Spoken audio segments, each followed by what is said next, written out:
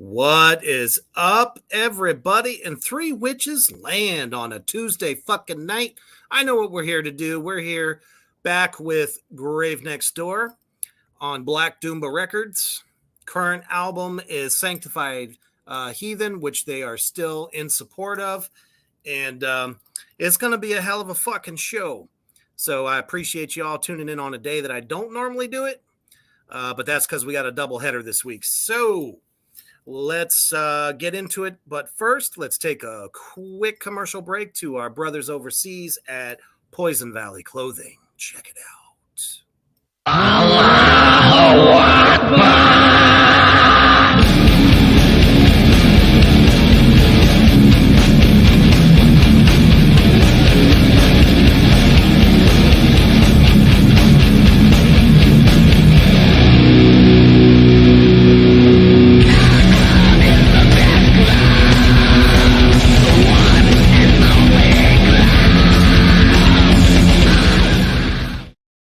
That's right. If you're looking for some custom horror designed apparel, Poison Valley Clothing is on fire right now.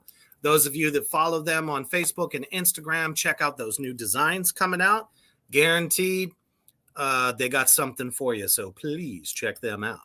Here we are with Grave Next Door. And first, a happy birthday. Well, belated birthday, I guess, to Tony.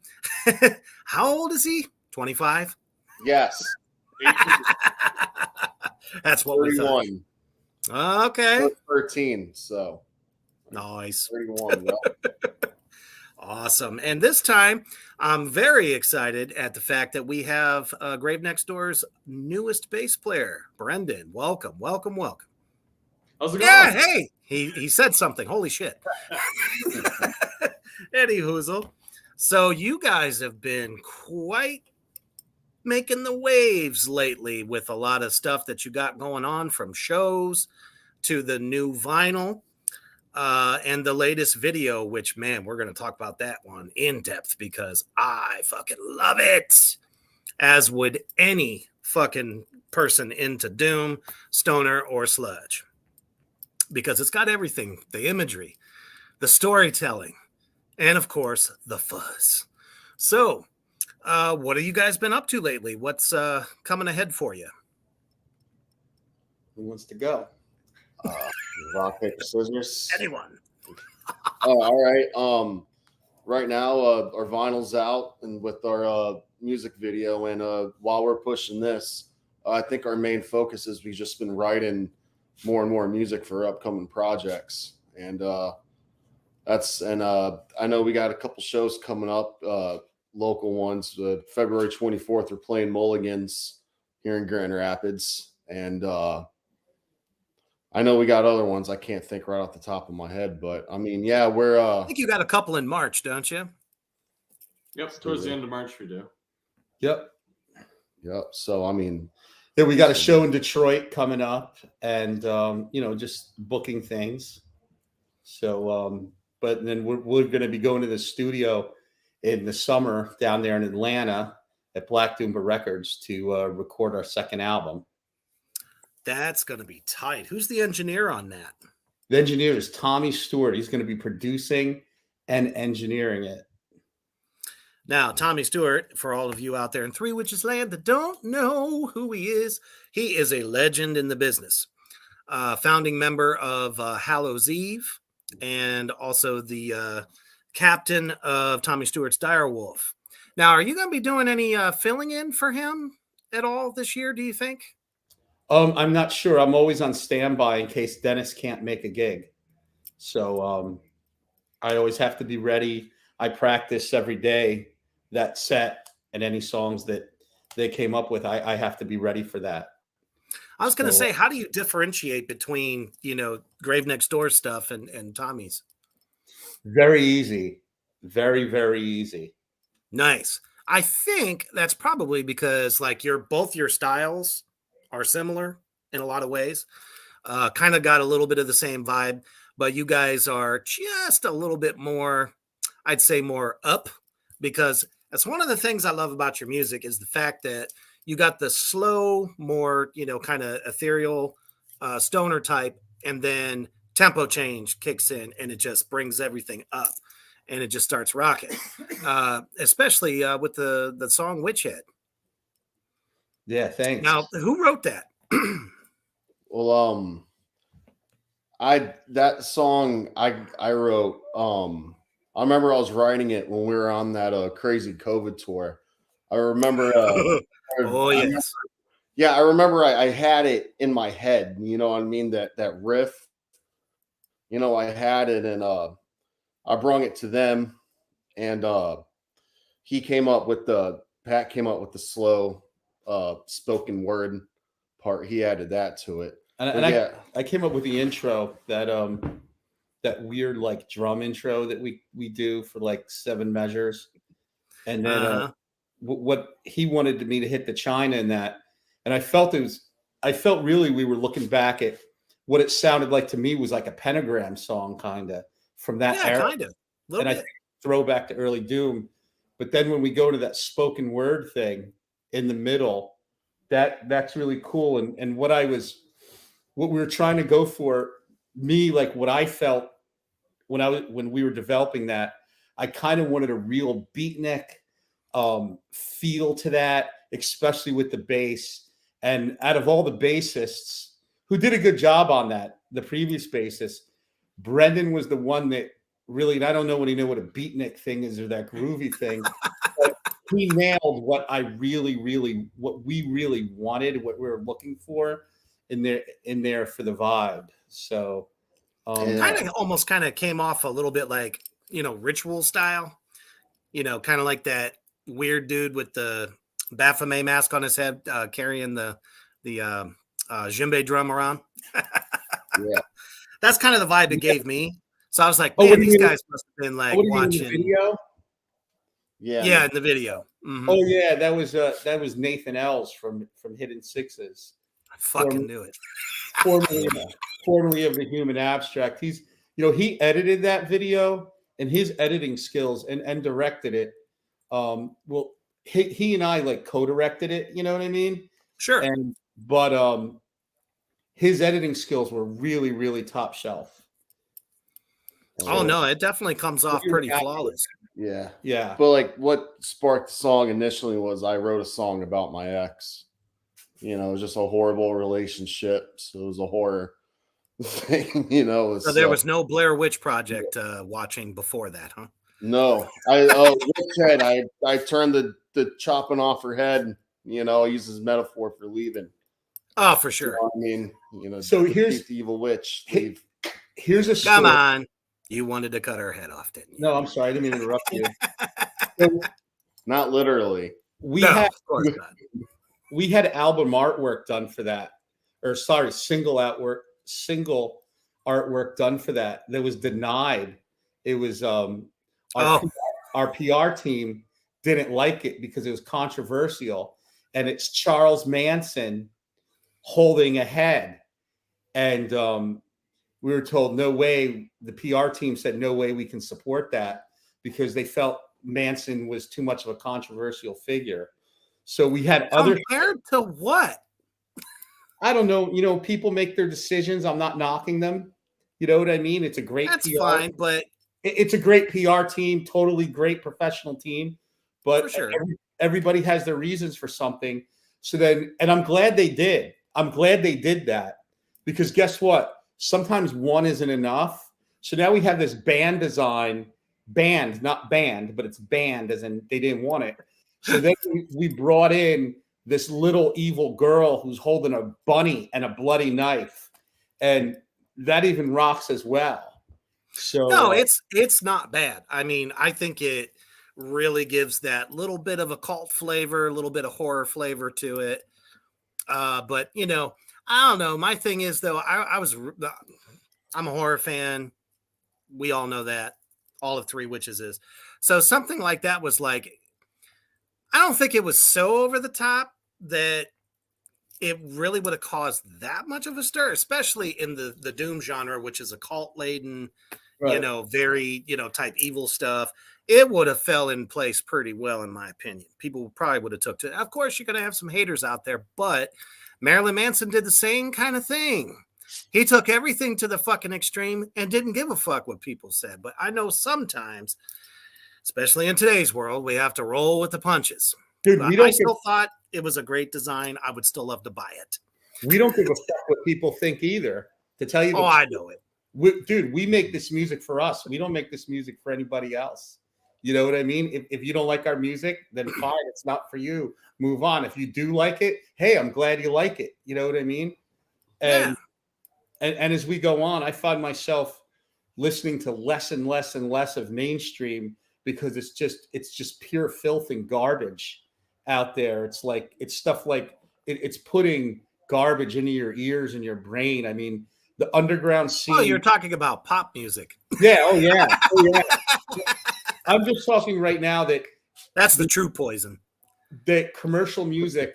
There's times when commercial music is really, really good, but right now it's not. It's so sanitized, overproduced crap that the major labels are just turning out.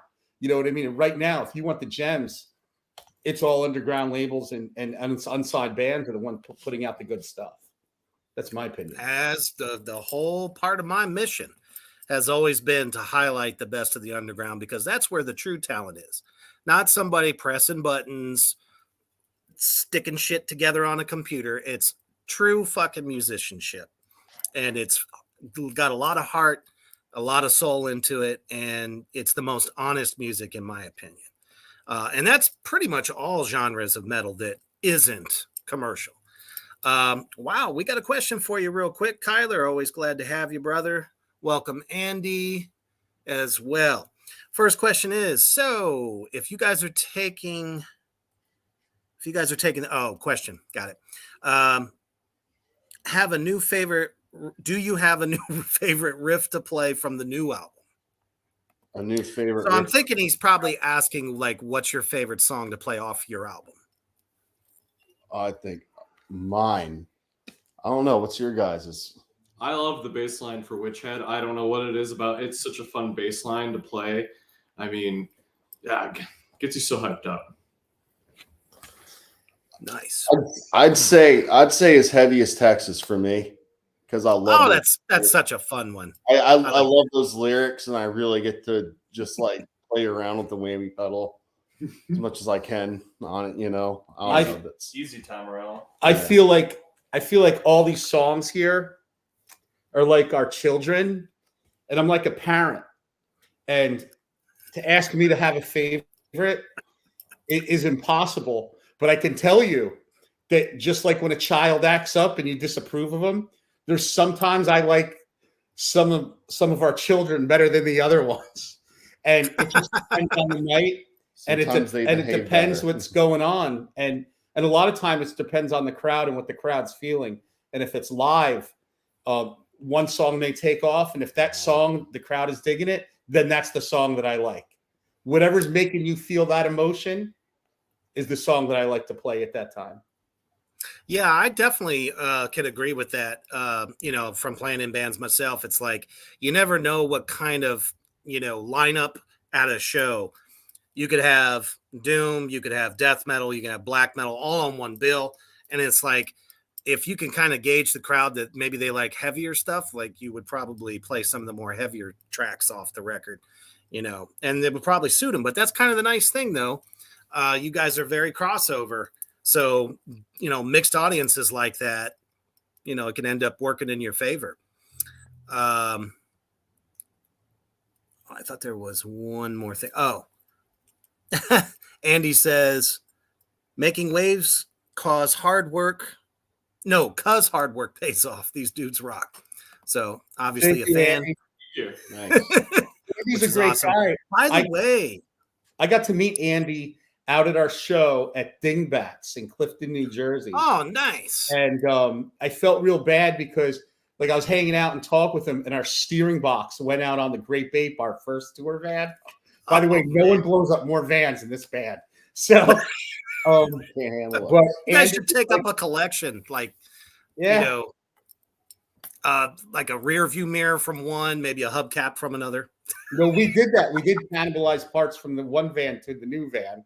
Then the new van got blown up. But no, Andy's a great guy, and it was a pleasure meeting him. It really was. Nice. Glad you could show up, Andy. Hell yeah. And for everyone watching tonight, and I'm so happy you all joined in for this, please share the shit out of it. Share the shit out of this broadcast right now. I don't care.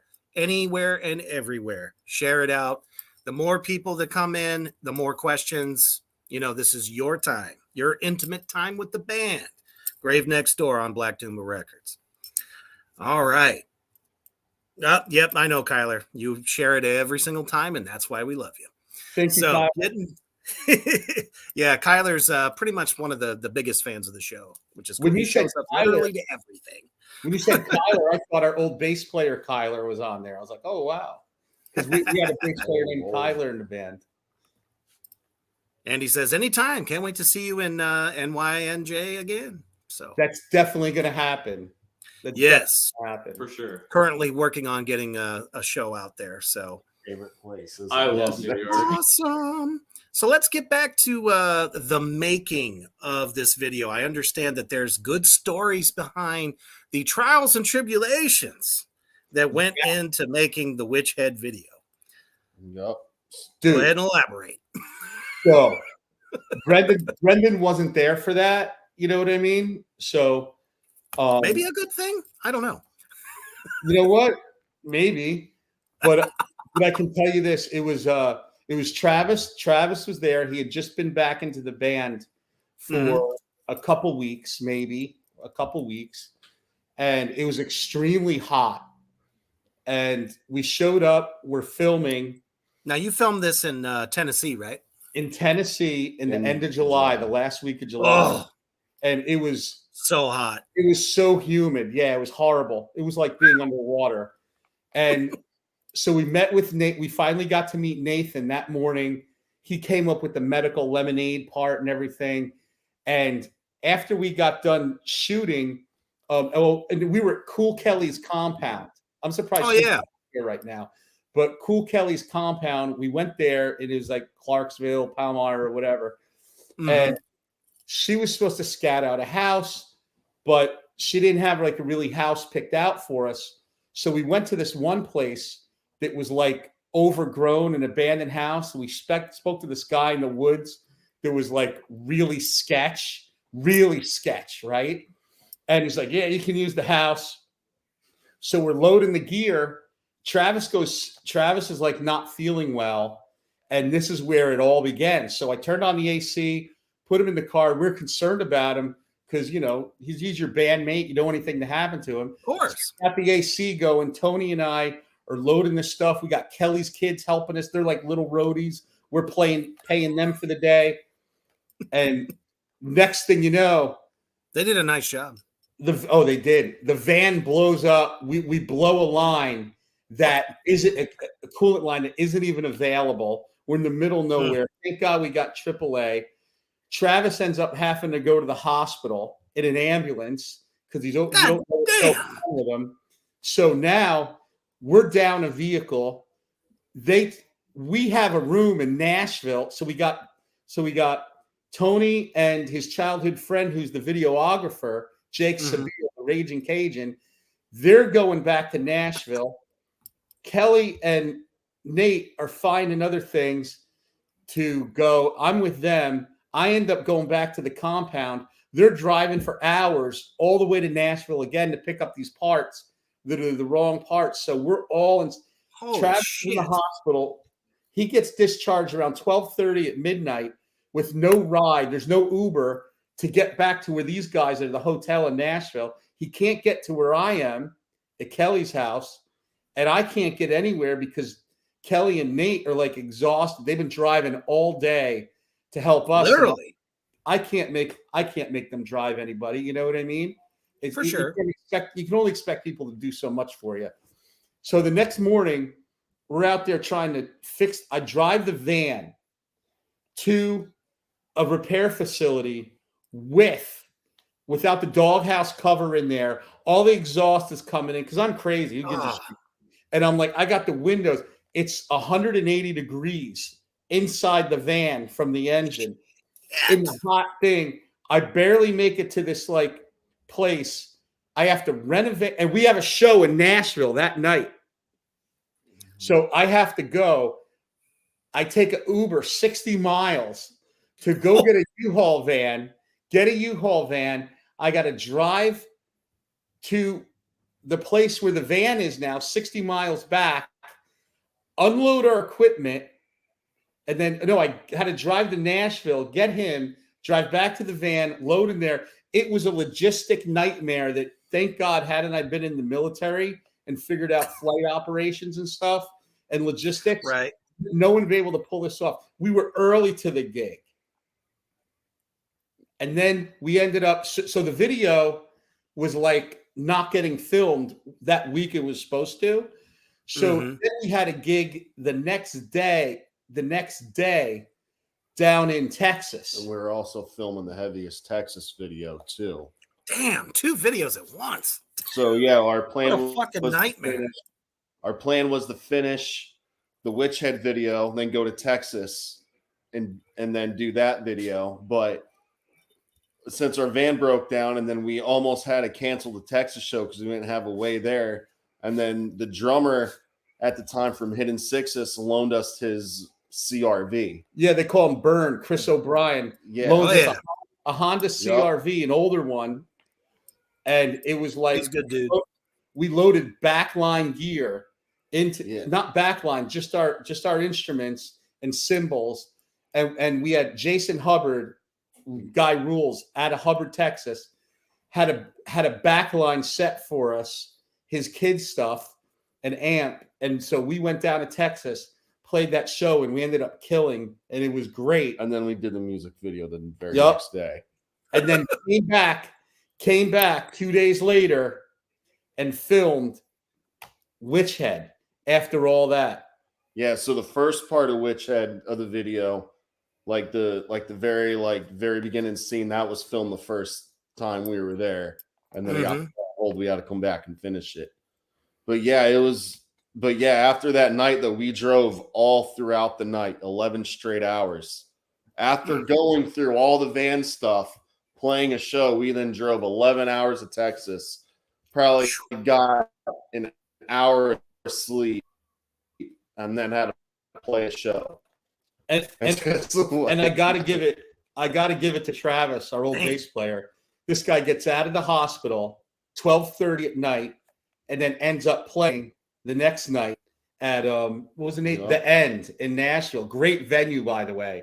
Great venue. The place was packed out. We played with some good bands: Noise Cult, Black Sky Tribe, Hidden Sixes.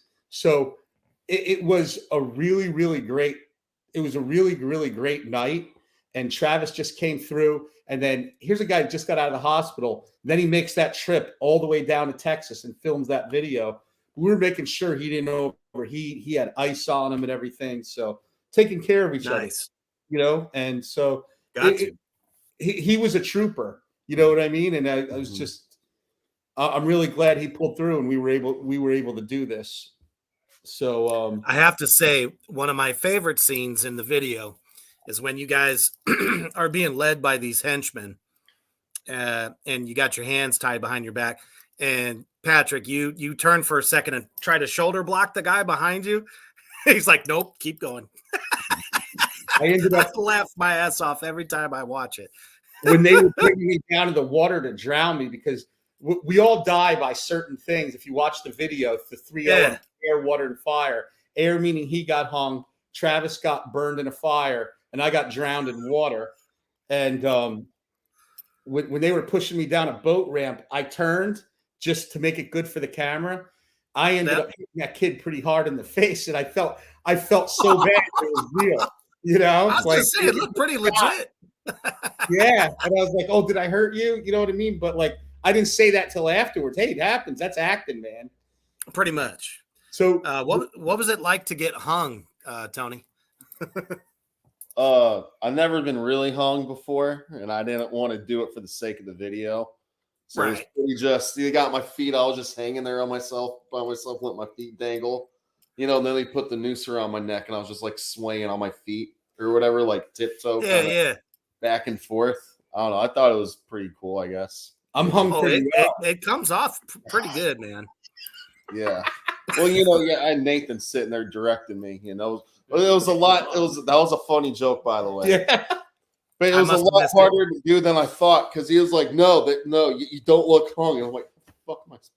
Like, what do you mean? Like, cripple my neck more, like, mouth open, like what? I don't know, but yeah, Make your eyes roll back a little bit. yeah, I was actually excited to do it. I thought it'd be a cool way to die in a movie. That video, we got an age restriction ban on it. I know. I saw that. Congrats! I'm so proud Kids, of you if guys. you're under 18, don't watch that video. Don't watch that Don't video. Wait, Watching. My video for the single serial, which was the serial killer video that we got banned over in certain parts of Europe for, also had to have that put on there. So I'm like, welcome to the club. That's awesome. Yeah. I mean, we literally, have a scene where somebody gets shot in the head at the end, and they fucking restricted yours. I thought it was just artsy as fuck and kind of like, acid trippy, like, all the little devil kids coming in and out. I thought that was fucking genius. And that's that they Nathan put Ellis. an age restriction on it. I was like, fuck off. Too real. Hey, I love it. All the best movies are rated R. For sure. So One thing I didn't Don't like, let them fool you. That PG-13 shit means nothing's going to happen. I was cool in the 90s. Right. if you're gonna make, and here's Could any you imagine if Scream was PG-13? Gee, That would have sucked. it'd be rated G today. Right. if You you're ain't gonna lying. make a video with fake blood, and you're gonna go ahead and use corn syrup, and you're gonna put that shit in your mouth, be prepared to vomit. That is the nastiest stuff in the world. Oh yeah, it's not fun. It dyed Travis's contacts red. His eyes were red, and I'm like, dude, your eyes are fucking red. And he's like, no, they're not. I'm like, no, they are fucking red, like devil red, like not stoned red, like devil red. That would have made it even better for the shot, really. Yeah. Let's take a quick look at this fucking Carnage Candy masterpiece. We got just a little bit of it here for everybody to see in case you haven't seen it yet, and we'll tell you where you can find it in just a moment.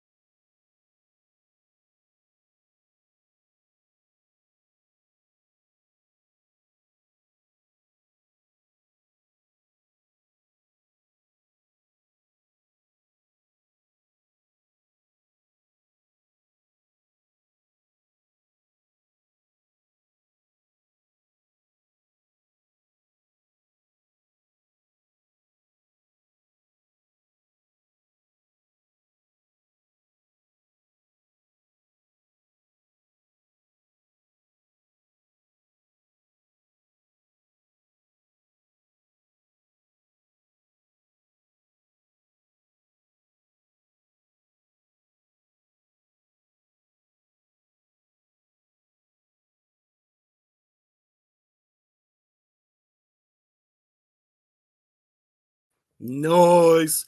So if you guys haven't had a chance out there in Three Witches Land, especially all y'all tuning in for the first time, go to YouTube. It's on the Black Doomba Records YouTube channel, and you can catch the whole thing in its entirety right the fuck now. Write it down, save it, don't give a shit, watch it, and then share it. It's so good. So where did you guys actually end up like doing the song part of it? you're in that rundown room of some sort. Was that still in Tennessee or was that Texas? Yes, that was Tennessee. That was Oh, okay. yeah. So the first Good house that thing, we're going to use, Texas yeah, Chainsaw Massacre didn't happen. right. Oh God, I'd have been ready. But the first house we were going to use actually fell through because the guy apparently didn't like the way we drove away from the house the first time. So Kelly was like, well, there's an old house in the back, like back there, that's abandoned, just through the woods. So we went and looked at it and we're like, well, this is perfect. Sounds like Like a it long was turn. there. Yeah. So it wasn't a long trip at all. So it was actually on the compound, the majority of it. Actually, all of it was filmed on Kelly's compound. Supposedly the Nice. place is haunted. There's an old lady that died there, and they see some really supernatural shit. Yeah. So I bet. Nothing wrong with that. We didn't love that saw shit. anything, but I felt a little creeped out. No, there was a spooky vibe to what was going on. I was gonna say the air had to feel a little strange. I went to go do one last check, and we took all the lights out, and I went in the house, and I'm like, all right, I'm not. Oh, I got it. hell didn't no. something happen though with one thing? Like there was a thing that changed or something. I thought, like a gear had been moved or something. It was no one was around there, and some of the stuff had been moved or something was missing, and it turned up somewhere else, and it was really bizarre. And everybody thought that someone was screwing with somebody, and they weren't. What was that? Do you I remember? can't. Jason Voorhees under the floorboards came Yeah. up, moved some shit around. Stabbed me in the skull. Stabbed me in the God skull. damn. Still, Well, I'll tell you what, the overall look and whose idea was it to have like the Ouija board stuff and kind of coming in and out of there? Did you pick a lot of that yourselves? No, that was the writer, my Navy buddy. Nice. We wrote a script, but the script had to change because we were limited in what we could deal with. Oh, sure. Yeah. Jonathan Brown wrote that in, and Jonathan Thank Brown. you, Jonathan. Loved it. Yeah, he's gonna be writing with me. We're gonna be working on our new music videos for the next album. We're gonna be bringing Jonathan Brown's also, and he's already writing a script for one of the songs on our new album, which we're gonna be doing in New York City. So that video is gonna be shot there, and it's gonna be really sick. If you think that was dark, just wait, buddy.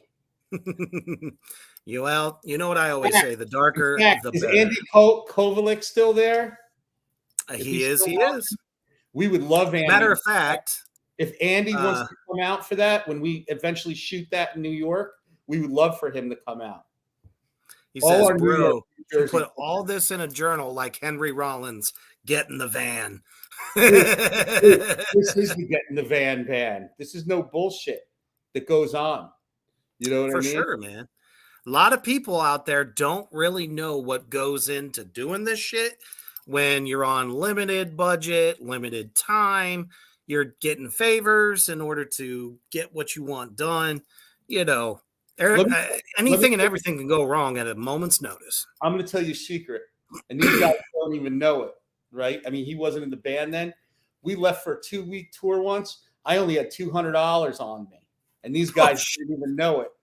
But I had that much confidence that we'd be able to sell enough T-shirts and manipulate our way and stay at people's houses. You know what I mean? So we did it for 2 weeks. I never even told these guys I only had $200 on me. Ouch. Hey, dude, just fuck it.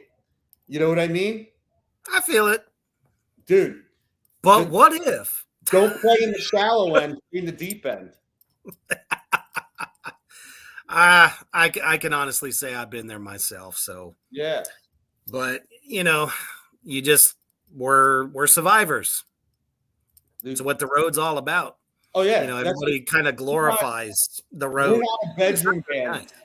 Dude, we're not weekend warriors. We're not a bedroom band. You know what I mean? We're not like putting out 5 albums a week on our fucking, our computer. You know what I mean? With our garage band shit. You know what I mean? And Yeah, that's it's pretty what a lot of bands shitty. do. That's what a lot of bands do now. That's pretty sad. I mean, I get it because obviously they, Either they don't want to work or they just don't have money for some reason. I don't know. That's bullshit. I Everybody look at it that way has to too, go so out and take a don't feel chance. bad. It's just what you do with it. You know what I mean? That's bullshit. Any band can afford to go out there and try to make it happen. They just make in life. You either have excuses or results. You can't have both. No, for sure. No, I agree with that. How I bad do wish you want a it? lot of these bands coming up would be like that. Well, Eh. that's what sets us apart. You know. Exactly. You guys are pretty much known as the Road Warriors. We are. And there's nothing wrong with that. Our Come music, out to play. our music is road tested, and that's what this and our next album is going to be. These songs were developed by the road. Right. You know, we let the road develop us as a band. We didn't sit here and like think about it and plan about it. And if you're not doing that, I mean, maybe some other bands can do it, but this is what works for us. Well, and with a formula like that, you've tested it. It's proven the results you've been looking for. So why change it? Exactly. But then again, what works for one band might not work for everyone, but they should, learn something from this. That's very true. That's very true. I feel that, every band's experience, how they do things, even down to songwriting, you could learn something from each other. It just makes you better musicians. And, unfortunately, at the end of the day, this is a business. True. As much as we hate that part, because all we want to do is fucking rock, people. That's it. We want to go out, we want to melt some faces and watch y'all fucking kill the person next to you. That's what we like. We want to see bodies flying, spit flying, blood on the floor, end of the night. And then everybody goes, you guys fucking killed it. I'm buying your shit. That's all we ask for. I don't think that's asking for much. we put up and show the fuck up to a show. Yep. We put up with so much shit, bleed, sweat, deal with sickness and everything else you could imagine, breakdown. Oh man, the last 2 months I was fucking dying. Relationship strain. Like the third thing. All the play for that 45 to an hour to show them what you got. You know what I mean? To show that person that came out of their house and showed up to a place and took their time. You owe them that. You owe them the best. Exactly. Whether it's 3 people or 300. Damn straight. Some of the biggest names in the business have said that. It doesn't matter if there was just 10 people standing in that room. We made sure every last one of them walked out a fan. So Andy says, do you have a bunch of new songs written already? We have half of the album written already. How many tracks are you going to be doing? I'm not sure. We're not sure yet. We're gonna let the tracks decide. Gotcha. That's been like one of the biggest things a lot of the bands I've brought on, and even myself, is the idea of EP versus album. Is it worth more of your time to put out 6 amazing tracks or do a 8 to 10, full-length album? And do you see, just by the numbers even, how well they do from each other? So how do you guys feel about that debate? I think it's definitely better to put out 6 great, amazing songs and rather something with 10 and only 5 of them are good. Or that people actually pay attention to, because sadly, nowadays people, like I said, in the heyday, we all used to buy albums based on just looking at the album cover, because you didn't have nowhere to like check it out previously. So you would see this badass cover, which you guys got a badass cover, and I would pick it up and I'd actually listen to it all the way fucking through. Look at that. And if you didn't get a good look at that, let me go back here. Yeah. And really show it to you. Show the vanilla. That is some serious fucking artwork. And that also shows the professionalism. Google and go, that's our album cover. Yep. And check out this vinyl. Or if it's them. And we're back. Look at that piece of sexiness. 180 is- grams, Of audio heavy file. vinyl. quality, black and green splatter. Actually matches the black and green on the album. On Now the cover. that's crazy because I never actually noticed before that there was some green in there. Yeah. Yeah. Oh, like look at that. When you look And, you know, at these are what- actual works of art, people. Yeah, this is it reminds me. Remember those lollipops that looked like that back in the day? It doesn't taste like one. It's like it looks Oh, like, well, yes. Don't live. and it Nope, comes I'm with back. Cool. it comes with a lyric sheet. It comes with a high gloss pictures, then- Nice. lyric sheet on the back. So See, that's doing it right, in my opinion. You need, guess what else comes with it? Right now, the first 50 orders, you get a patch, a slip mat, Damn. I love the slip And- slip mat idea. I mean, That's pretty genius. the patch is $5. The slip mat is $10. That's $15 value right there. You get stickers, and then you get a poster that's coming out with it, a secret poster. These guys don't even know what the poster is. Tommy Stewart doesn't even know what it is. No. Tommy Stewart doesn't know until it gets delivered to him from the printer. So did Tommy just go, hey, make up a secret poster. Do what you want. No, I made up a poster. Well, we had some artwork made for us. Oh, and then cool. I said, you know what? We're going to go with something else because that's a secret in itself. There's so much secrets, So many surprises. So many Yes. secrets.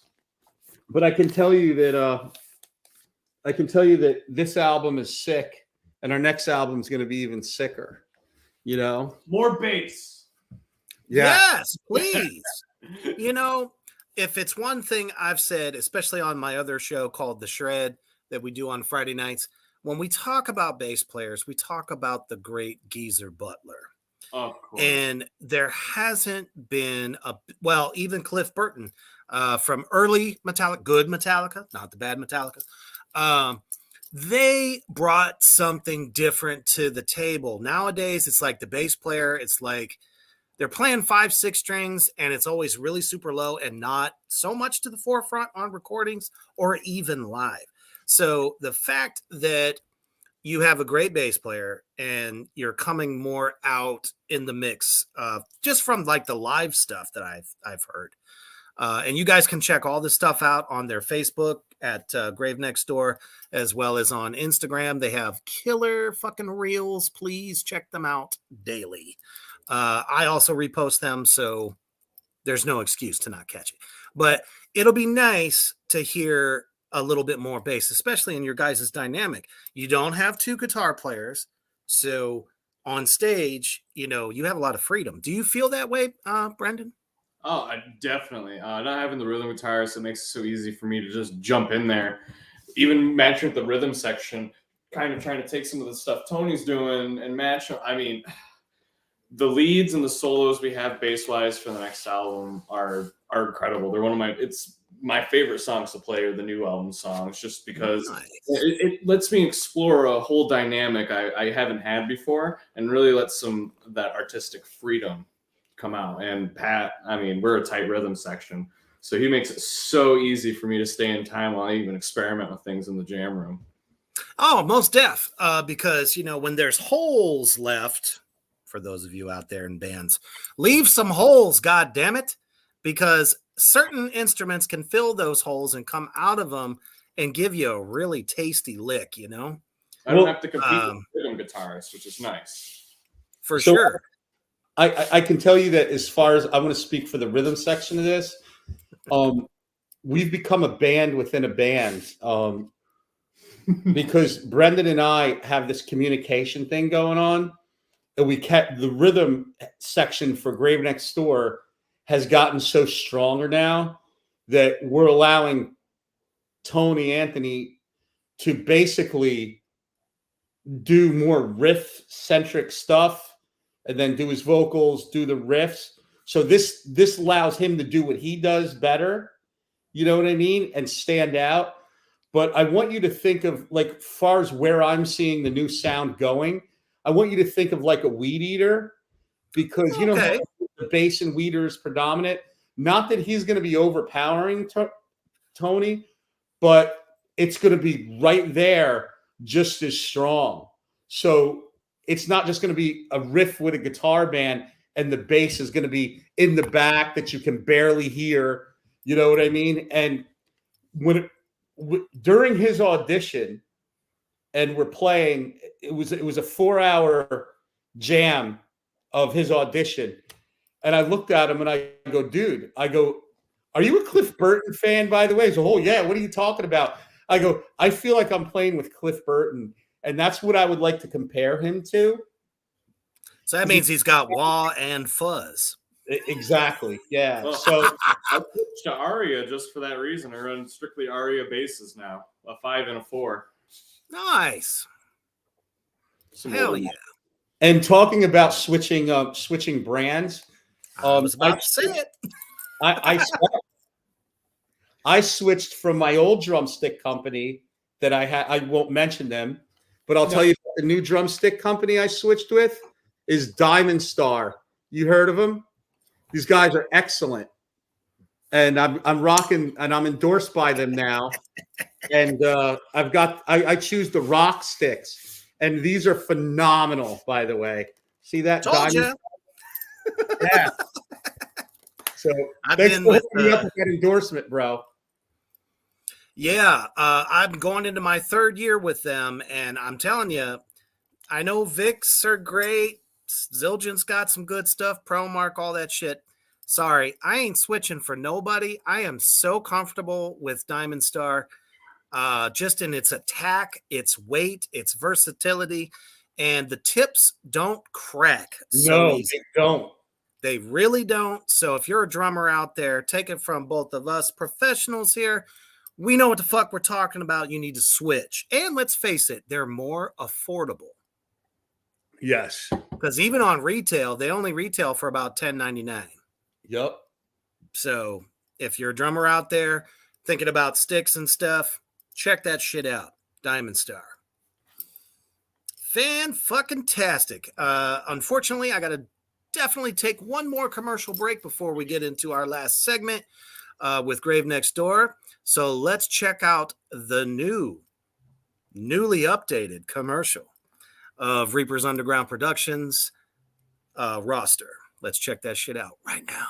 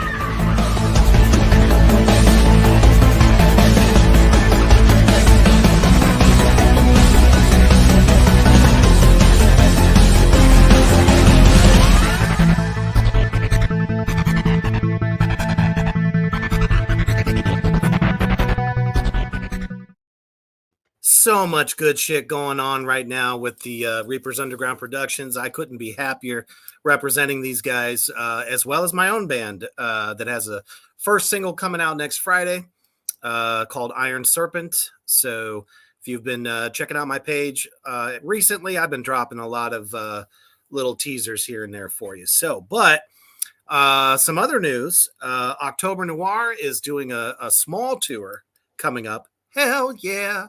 Anywhere from Florida to fucking New York. They're going everywhere, which is really cool. As well as Human the Hoof Beast is almost finishing up the fucking tracks for his new record, which I'll be playing drums on, and have just signed on to record drum tracks for his first record. So that'll be kind of fun because the first record, he did not have a live drummer, and he wanted to do that. So we're going to do that. As well as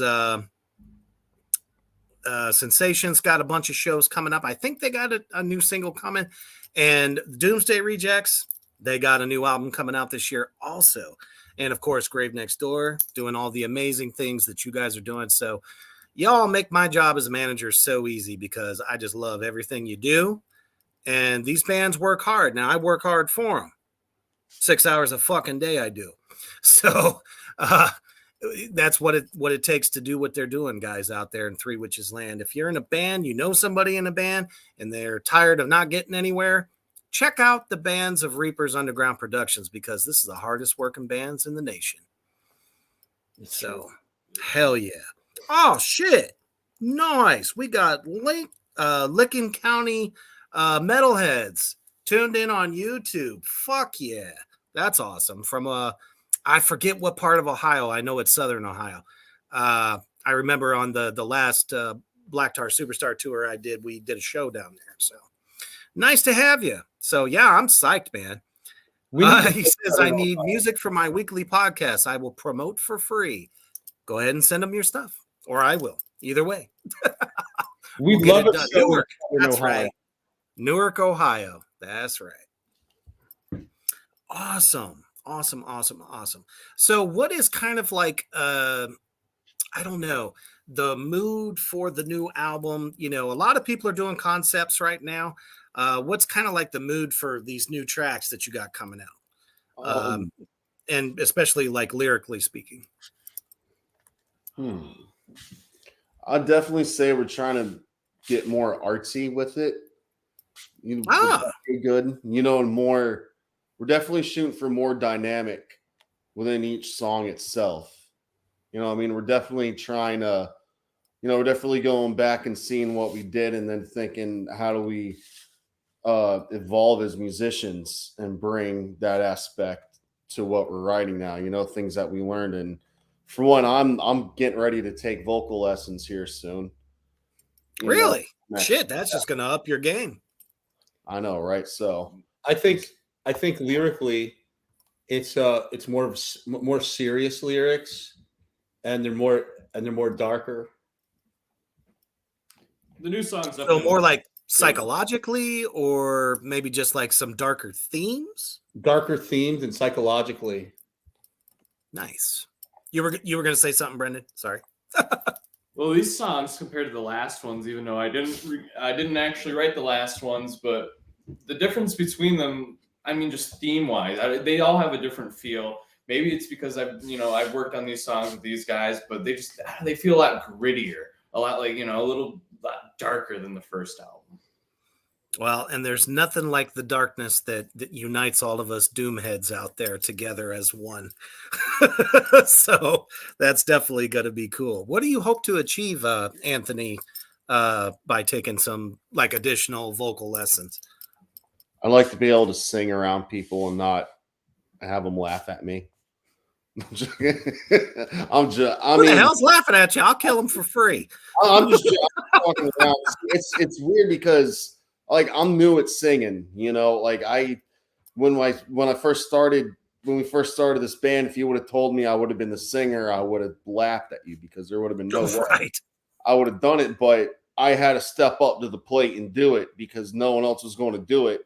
So I had to step up, and like I'm kind of new to singing, and It's just the songs that like I do sound good on are the songs that I practice in the jam room all the time. You know what I mean? And now I realize like there's this one song that we're writing where vocally I have to step up my game like 10 notches, it feels. And there's all this crazy stuff I want to do to the song, but I tried it and I don't have the range, or I don't have the thing. His girlfriend came over and she's a vocal, she was trained vocally, and she gave me a couple little things to do, and it upped it right there. So I'm just like, well, what if I just go get help for a while and I can actually use my voice like I want to in my head, you know? Because sometimes I try to sing something, it don't turn out as good. Yeah, and that's really kind of a unique thing. I was watching some vocal coach analyzing Ozzy singing Crazy Train, and she was talking about how it's so unique how he can like use his head voice and not his chest voice. That was the first time I ever heard that kind of a concept. I'm like, head voice? What the fuck is that? It's what you want to sound like in your head. Oh, okay. Yeah, because obviously, I mean, I can hum a tune, I can sing a little bit, but I belong behind the drum kit. No, a head voice is when you're is when you're not using your diaphragm to push it out, and it goes to your breathing. Like an example, if you were to do Frankie Valli in the Four Seasons and you're singing falsetto, that's going to be a head voice. But if you're like, a guy like Jim Morrison or Eddie Vedder, you're hitting it from down here, and that's where you want to be hitting it. But with the higher notes, sometimes a singer has to go with the thing. You know what I mean? Sure, yeah. I'll leave that to King Diamond. It's definitely not me. He's the only one that's got a falsetto voice that's just fucking insanity. That's cool though. I always heard that just doing like your do, re, mi, fa, sol, la, ti, do, just going up a scale. Whatever they have me do, And I mean, one thing I feel like though is the most important part of an album is the voice. For sure. I mean, you killed it on the record, man. For somebody just coming out of the gate and say, okay, I'm going to do this now. I noticed you kind of sing to your riff, which I think is perfect. I'm learning how to sing in between the notes, which is playing guitar and singing. At first, it's even hard to play with your riffs, but like a real good singer and player I can sing different than what my hands are doing on the guitar. And that's also what I'm trying to work on right now. I'm trying to add that element into the next album.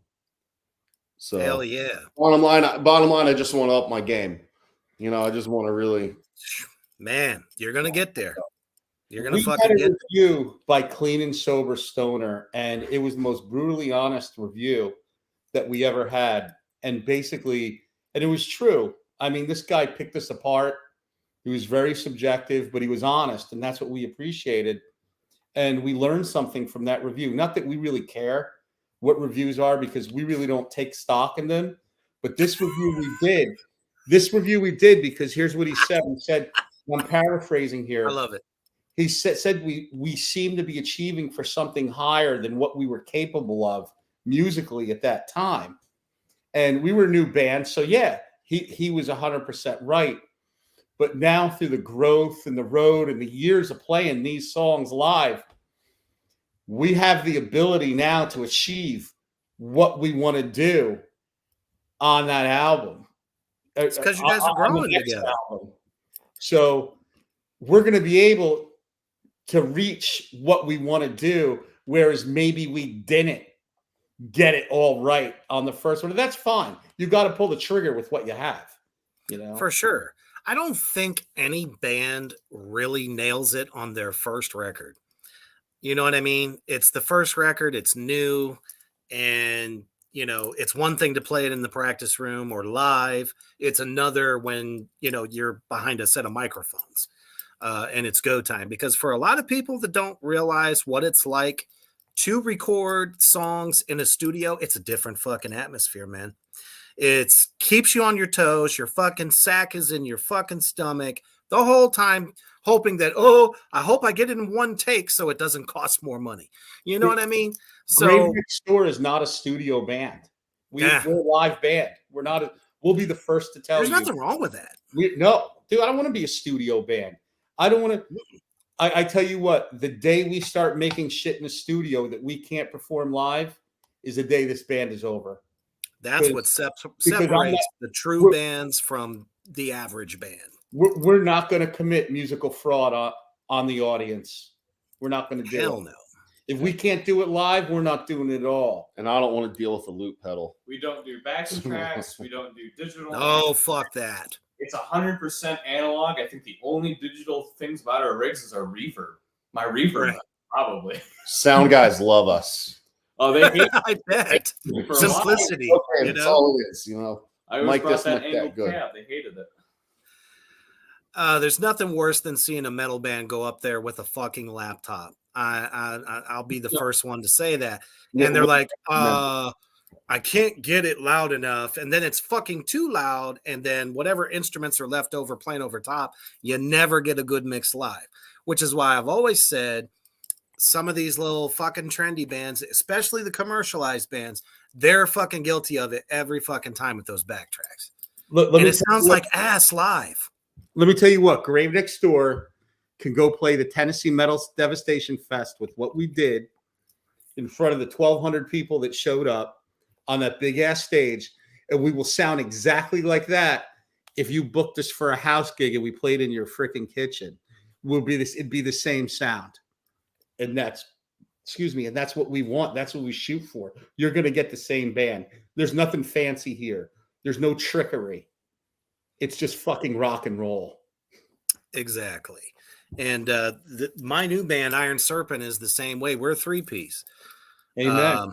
It's the first fucking time I've ever done it in my career, and I can't say how good it fucking feels to do it this way, because you don't have to worry about 2 guitar players playing the same way at the same time, and everything is flawless. And it, like with Brendan, it opens up the basis to do more and show more. So I'm pretty excited to take that step in my career as well.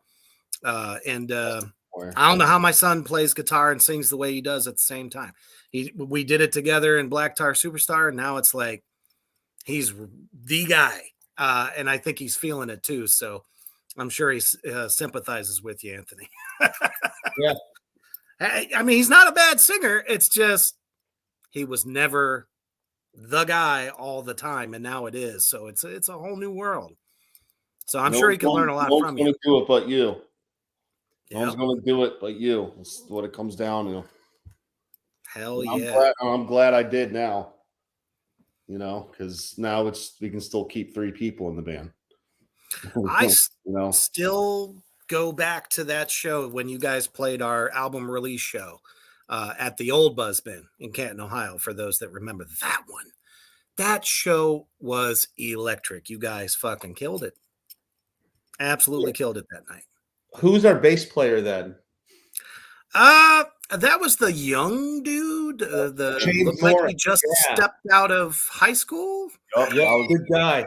That was a little star. Hey, that's what we called him. He's actually older than I am. So what? Yep.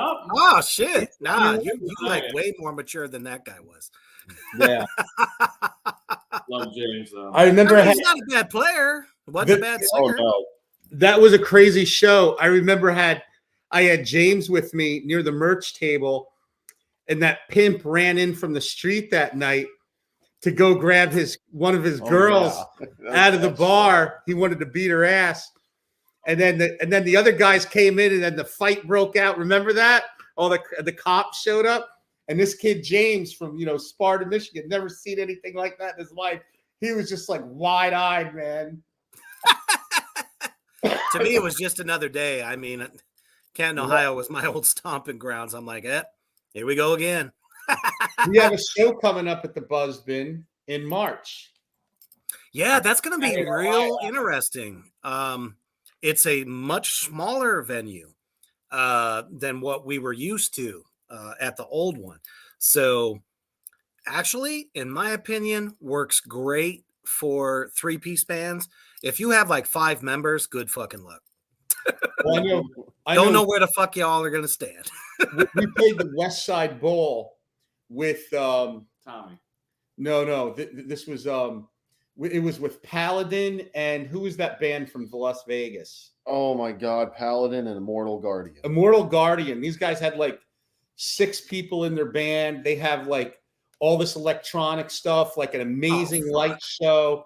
You know what I mean? They have like the drummer has a laptop, and they're like, "Oh yeah, we're playing the Buzzbin tomorrow night." And I was like thinking, like, how are they going to fit there? Then a couple weeks later, we played the Buzzbin. I go, "Hey, how'd those guys end up fitting on the stage?" He's all, "Pat, it was rough." Chris told me there wasn't a lot of room. They had 2 vans or 2 buses full of gear. Yeah. What the fuck? Like it took them like I think like a good 2 hours to really load everything up. Yeah. That is ridiculous. Yeah. Great band. You know what I mean? But Sure.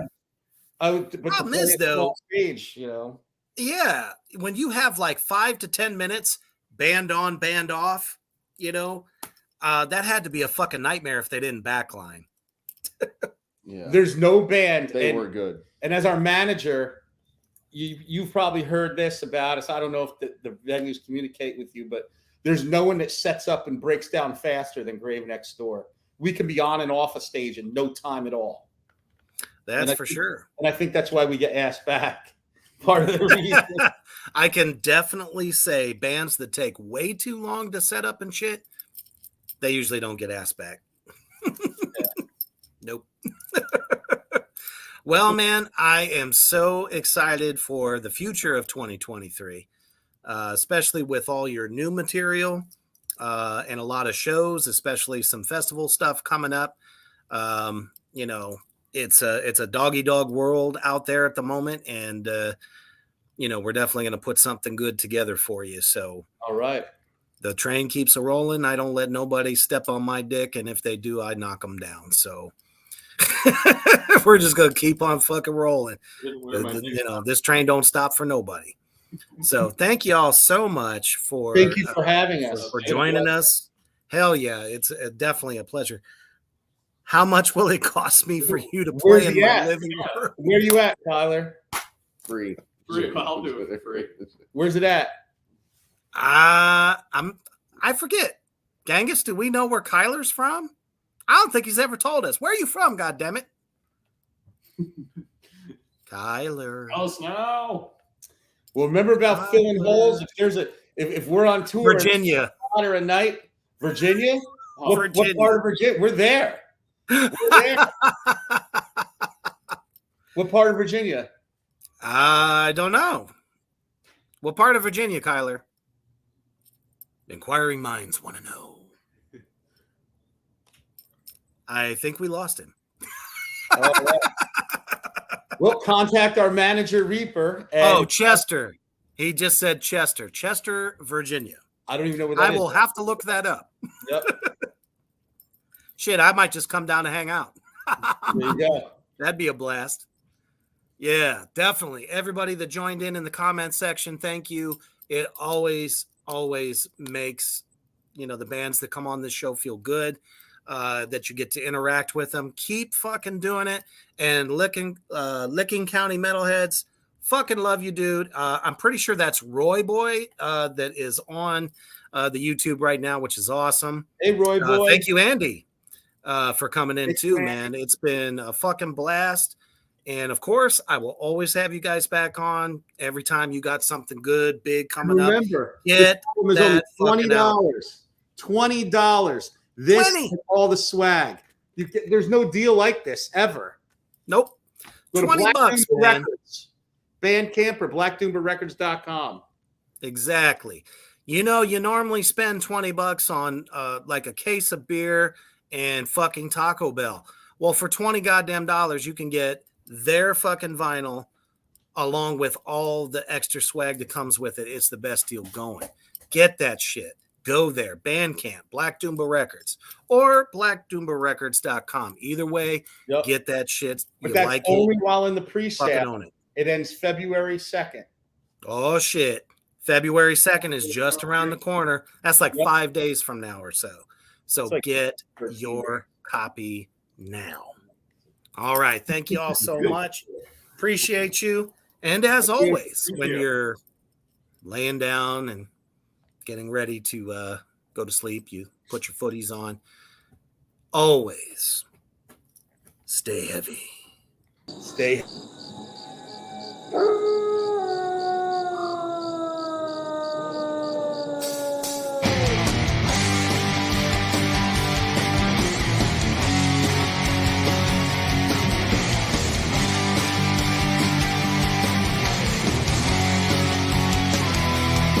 See a corpse is rotting in this wasteland, left with some bleached bones. Kiss the death in the palm of my hand. More food